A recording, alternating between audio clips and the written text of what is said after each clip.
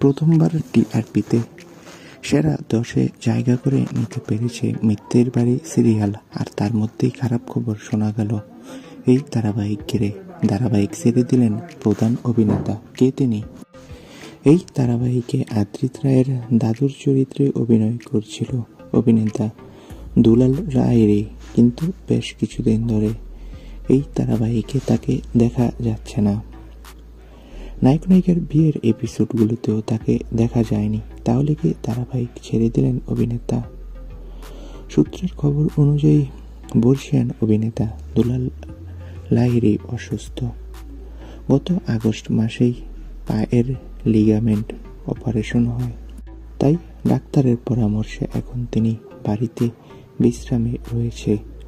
আদৌ মিত্তির বাড়ি ধারাবাহিকে তিনি ফিরবেন কিনা সেটা জানা নেই। তো বন্ধুরা, গুরুতর অসুস্থ অভিনেতা দুলাল লাহিড়ী। তোমরা সবাই তার জন্য প্রার্থনা করো, সে যাতে দ্রুত সুস্থ হয়। ধন্যবাদ।